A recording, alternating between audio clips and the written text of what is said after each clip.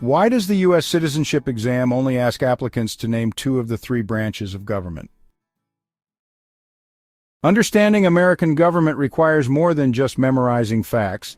It demands grasping the delicate balance of power that sustains democracy. Yet, the U.S. citizenship exam, meant to assess civic knowledge, sometimes reduces this complexity to oversimplified questions that obscure rather than illuminate the principles of governance. One such question asks applicants to name two branches of the U.S. government. At first glance, it seems straightforward, but in reducing the structure of American government to two-thirds of its design, the question implies that an incomplete and misleading view of how power is distributed and maintained is sufficient. We seek to rectify that mistake today. The U.S. government was not designed as a collection of isolated parts, but as a carefully calibrated system of checks and balances. To name only two branches is to miss the fundamental principle of interdependence that keeps the system from unraveling. The framers of the Constitution, drawing from Enlightenment philosophy and historical precedent, built the U.S. government not on separation alone, but on structured interdependence. They understood that power, left unchecked, inevitably tends toward concentration and abuse. To prevent this, they divided authority among three branches, not as independent silos but as counterweights, each holding the others in check.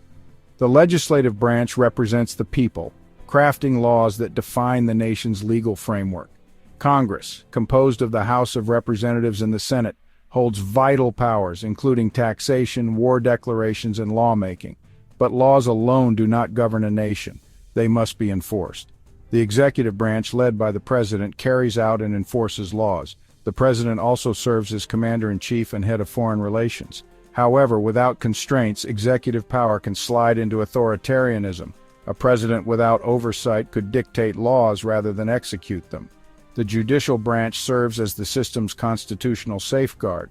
The Supreme Court and lower courts interpret laws, ensuring they align with the Constitution. This prevents both the legislature and the executive from exceeding their legal authority. Without judicial review, laws could be applied unfairly and executive power could go unchecked. These branches do not merely coexist, they are locked in a continuous dynamic equilibrium. Each is both empowered and restrained by the others, ensuring that power never consolidates in a single entity. This system is not a static design but an ongoing process, one that requires constant vigilance to maintain. By asking applicants to name only two branches, the citizenship exam unintentionally promotes a fragmented and potentially misleading understanding of American government. It suggests that these branches operate in isolation rather than as a balanced system. This is akin to describing the Declaration of Independence's ideals without acknowledging that life, liberty, and the pursuit of happiness must all be upheld together, or risk losing them entirely. The consequences of an incomplete view of governance are not theoretical. History offers chilling examples of what happens when oversight is absent. In authoritarian regimes, leaders consolidate legislative and executive power, silencing judicial review to rule unchecked. Even in democracies, threats to judicial independence signal the erosion of constitutional order. If only the legislative and executive branches existed, laws could be passed and enforced without constitutional oversight, leading to unchecked power. If only the executive and judiciary remained, governance would be reduced to a leader and the courts, with no legislative representation of the people. Even a system with only the legislative and judicial branches would fail. Laws could be written and interpreted, but without executive authority, they would lack enforcement. The U.S. government does not function because of any single branch, but because of the forces that bind them together. The legislative, executive, and judicial branches are not just three parts of a system. They are three forces in constant negotiation, shaping and restraining one another to preserve equilibrium. This balance is neither accidental nor self-sustaining. It must be actively maintained. At its core, this system is an ongoing tension between action and limitation, authority and oversight. The branches do not merely divide power, they create friction, each pressing against the others to prevent the rise of unchecked dominance. It is in this friction that democracy finds its stability. A government where any one branch ceases to challenge the others ceases to be a government of balance at all. Yet this balance is fragile.